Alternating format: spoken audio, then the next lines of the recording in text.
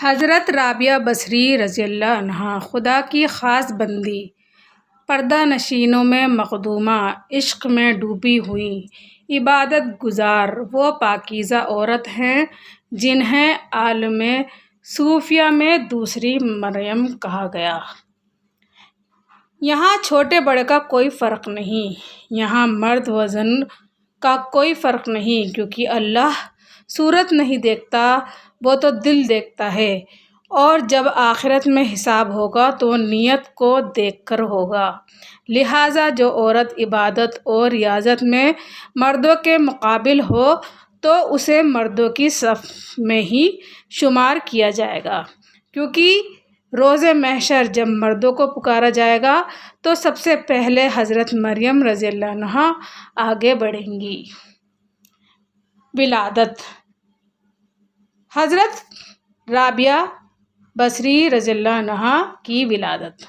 جس رات حضرت رابعہ بصری رضی اللہ عنہا پیدا ہونے والی تھی تو گھر میں اتنا تیل بھی نہ تھا کہ ناف کی مالش کی جائے یا چراغ جلایا جائے، اور اتنا کپڑا بھی نہ تھا کہ آپ کو لپیٹا جا سکے۔ آپ کا نام رابعہ چوتھی رکھا گیا، کیونکہ آپ 3 بہنوں کے بعد پیدا ہوئی تھی، تو عربی میں رابعہ کا مطلب ہے چوتھی۔ آپ کے والد کا یہ حال تھا کہ خدا کے علاوہ کسی سے کچھ نہیں مانگتے، یہاں تک کہ پڑوسیوں سے بھی کچھ نہ لیتے۔ اسی پریشانی کے عالم میں پیغمبر محمد صلی اللہ علیہ وآلہ وسلم نے خواب میں بشارت دی اور تسلی دیتے ہوئے فرمایا کہ یہ لڑکی بہت مقبولیت حاصل کرے گی اور اس کی شفاعت سے ہزاروں لوگ بخش دیے جائیں گے۔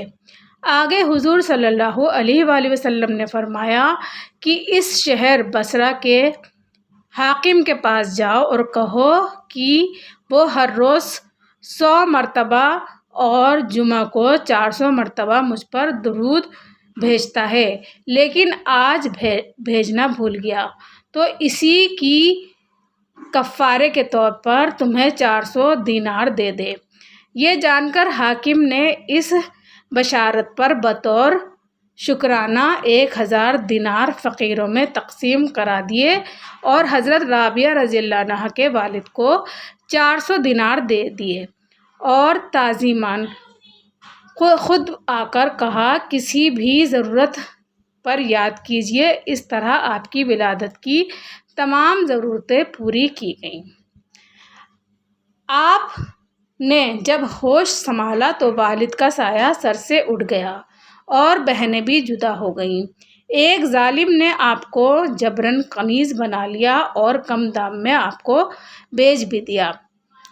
وہاں آپ سے بہت زیادہ کام لیا جاتا۔ ایک بار نامحرم کو سامنے دیکھ کر گر گئیں، جس سے آپ کا ہاتھ ٹوٹ گیا۔ آپ نے خدا کی بارگاہ میں سر و مسجود ہو کر عرض کیا کہ یا اللہ، بے مددگار پہلے سے ہی تھی، اب لاچار بھی ہو گئی، اس کے باوجود تیری رضا چاہتی ہوں۔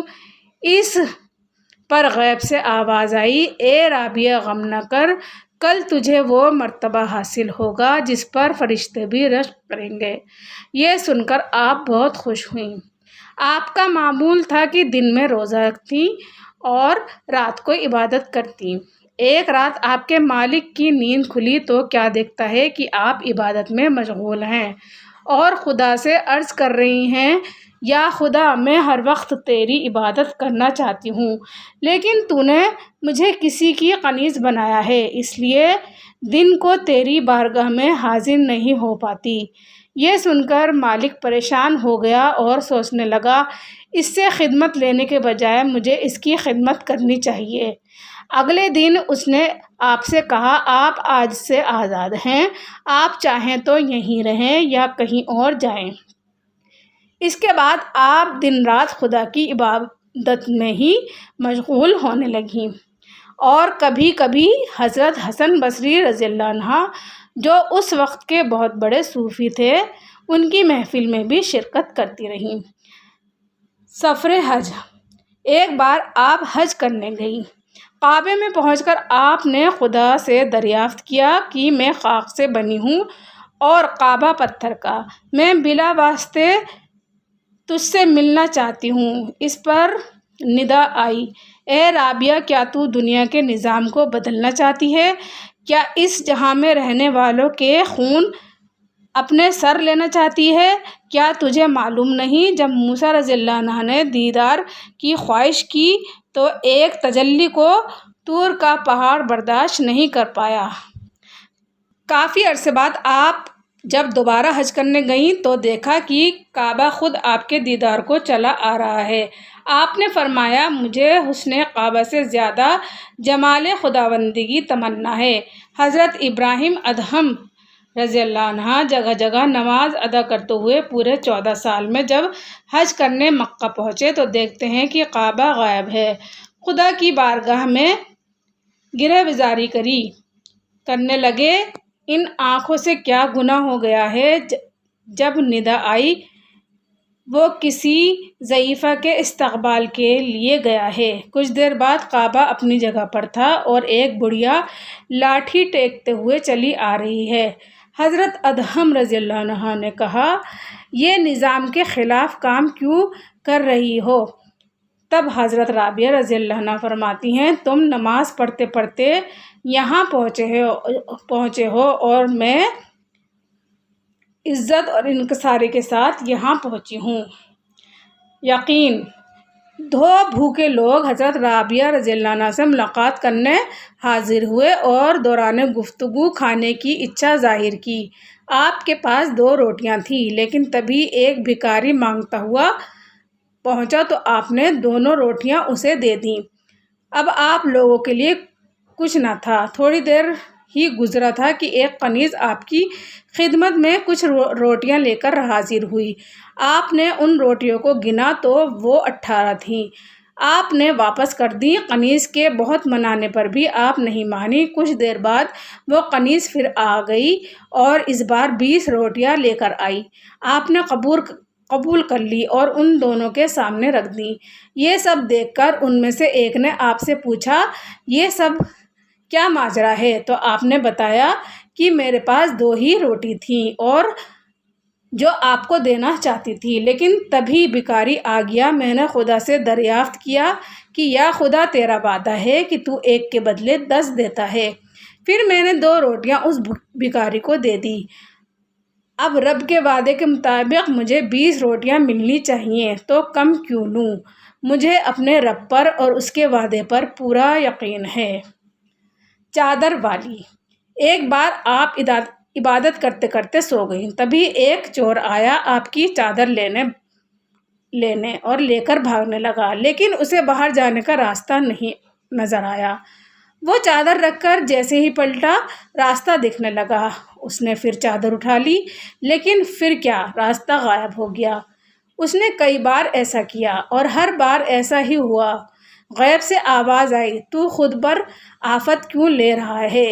اس چادر والی یعنی رابعہ رضی اللہ عنہا نے خود کو خدا کے حوالے کر دیا ہے۔ اس کے پاس شیطان بھی نہیں پھٹکتا تو کسی اور کی کیا مجال جو اسے نقصان پہنچا سکے۔ ایک دوست سو رہا ہے لیکن دوسرا تو جاگ رہا ہے۔ ہوا پر مصلی۔ حضرت حسن بصری رضی اللہ عنہ دریا میں مصلی بچھا کر کہتے ہیں، آئیے یہاں نماز ادا کیجیے۔ آپ نے کہا، کیا یہ لوگوں کو دکھانے کے لیے ہے؟ اگر نہیں تو پھر اس کی کیا ضرورت ہے؟ آپ نے ہوا پر اتنے اوپر مصلی بچھایا کہ کسی کو نہ دکھ سکے اور فرمایا، آئیے یہاں عبادت کرتے ہیں۔ پھر آپ نے فرمایا، پانی میں عبادت ایک مچھلی بھی کر سکتی ہے اور ہوا میں ایک مکھی بھی نماز پڑھ سکتی ہے، اس کا حقیقت سے کوئی واسطہ نہیں۔ ایک مجلس میں آپ نے فرمایا کہ جو حضرت محمد صلی اللہ علیہ وآلہ وسلم کو سچے دل سے مانتا ہے، اسے ان کے معجزات میں سے کچھ حصہ ضرور ملتا ہے۔ وہ الگ بات ہے کہ نبیوں کے معجزے کے ولیوں کے لیے کرامت رہتی ہے۔ نکاح۔ آپ سے پوچھا گیا کہ کیا آپ کو نکاح کی خواہش نہیں ہوتی؟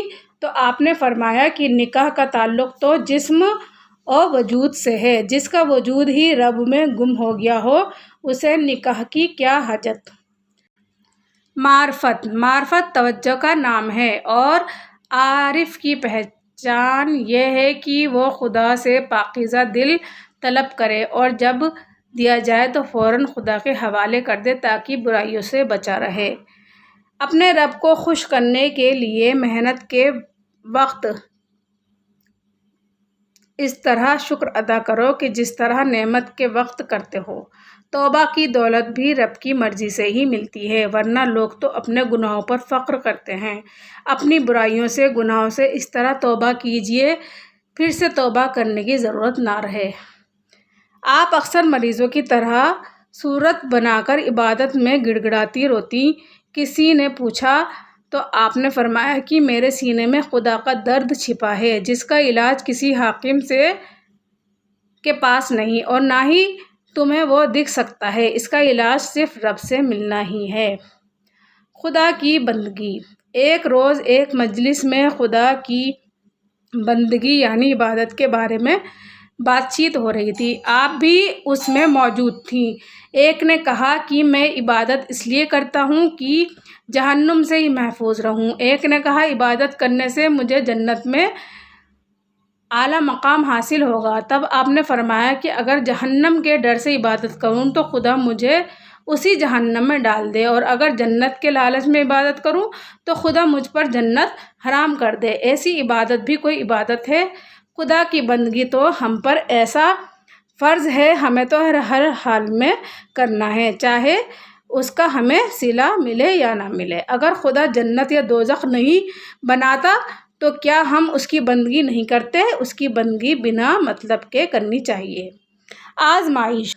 کسی نے آزمائش کے لیے پوچھا کہ ایسا کیوں کہ نبوت صرف مردوں کو ہی ملی، پھر بھی عورتوں کو خود پر ناز کیوں؟ آپ نے جواب میں کہا، کیا کسی عورت نے کبھی خدائی کا دعویٰ کیا ہے؟ نہیں کیا۔ اللہ کی مرضی، جسے چاہے نبوت دے نہ دے۔ ہم کون ہوتے ہیں اس کے خلاف جانے والے؟ ہمیں خود پر نہیں خدا کی بندگی پر ناز ہے۔ ایک شخص آپ سے دنیا کی بہت شکایت کرنے لگا تو آپ نے فرمایا، لگتا ہے تمہیں اسی دنیا سے بہت لگاؤ ہے، تم جب سے آئے ہو اسی دنیا کا ذکر کر رہے ہو جس سے بہت زیادہ محبت ہوتی ہے، انسان اسی کا ذکر کرتا رہتا ہے، اگر نفرت ہے تو اس کی بات ہی مت کرو۔ وصال کے وقت آپ نے حاضر لوگوں سے کہا، یہاں سے چلے جائیں، فرشتوں کے آنے کا وقت ہو گیا ہے۔ سب باہر چلے گئے۔ فرشتے آئے، آپ سے دریافت کیا کہ اے مطمئنہ نفسا، اپنے مولا کی جانب لوٹ چل۔ اس طرح آپ کا وصال ہوا۔ آپ نے نہ کسی سے کبھی کچھ مانگا اور نہ ہی اپنے رب سے ہی کچھ طلب کیا، اور انوکھی شان کے ساتھ دنیا سے رخصت ہوئیں۔ تو ناظرین، یہ تھی حضرت رابعہ بصری کی کہانی۔ امید ہے آپ کو یہ ویڈیو پسند آئی ہوگی، تو چینل کو لائک، شیئر، کمنٹس اور سبسکرائب کر دیجیے گا۔ تو ٹھیک ہے ناظرین، اس ویڈیو کو یہیں پر ہم اینڈ کرتے ہیں۔ جزاک اللہم خیر۔